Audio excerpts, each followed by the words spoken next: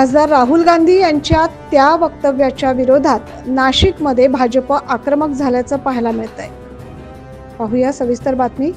काँग्रेस नेते खासदार राहुल गांधी यांनी अमेरिकेत आरक्षणासंदर्भात केलेल्या वक्तव्याच्या निषेधार्थ भाजपकडून आज राज्यभरात आंदोलन केलं जातंय। याचे पडसाद नाशिकमध्ये देखील उमटले। नाशिक महानगर भाजपच्या वतीने नाशिकच्या शालिमार परिसरातील डॉक्टर बाबासाहेब आंबेडकर यांच्या पुतळ्याजवळ राहुल गांधी यांच्या प्रतिकात्मक पुतळ्याचे दहन करण्यात आले। तसेच या पुतळ्याला जोडे मारत आंदोलन करण्यात आले। यावेळी काँग्रेस आणि राहुल गांधी यांच्या विरोधात देखील जोरदार घोषणाबाजी करण्यात आली आणि त्यांचा निषेध करण्यात आला।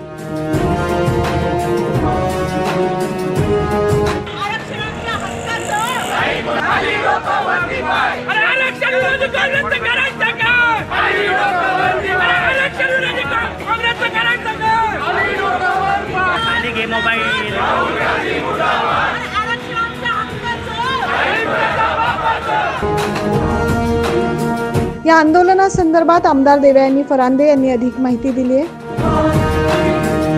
राहुल गांधी अमेरिकेमध्ये जातात आणि देशामध्ये भारतरत्न डॉक्टर बाबासाहेब आंबेडकरांनी दिलेलं संविधान आणि आरक्षण ह्याच्या विरोधामध्ये बोलतात।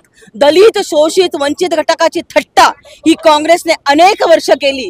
भारतरत्न डॉक्टर बाबासाहेब आंबेडकरांना मरणोत्तर पुरस्कार 1990 साली भाजपच्या प्रेरित सरकारने VP सिंगच्या सरकारने दिलं आणि काँग्रेसच्या राहुल गांधींनी आज अमेरिकेमध्ये जाऊन आपल्या देशाची बदनामी केलेली आहे। दलित शोषित वंचित घटकांच्या विरोधामध्ये जाऊन अमेरिकेमध्ये बोलायचं आणि भारताचा अवमान करायचा, संविधानाचा अवमान करायचा। आम्ही राहुल गांधींचा निषेध करतो।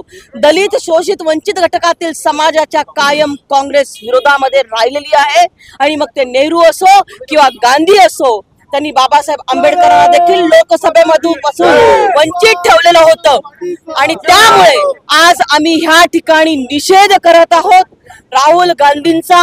राहुल गांधींनी देशाची माफी मागावी, दलित शोषित वंचित घटकातील माझ्या मागासलेल्या समाजाची त्यांनी माफी मागावी आणि अमेरिकेमध्ये जाऊन बेताल वक्तव्य करून देशाची बदनामी त्यांनी थांबवावी।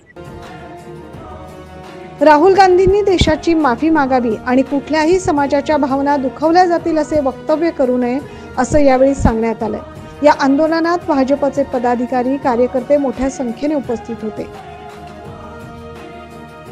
9 न्यूज महाराष्ट्रासाठी प्रतिनिधी अमर सोळंके।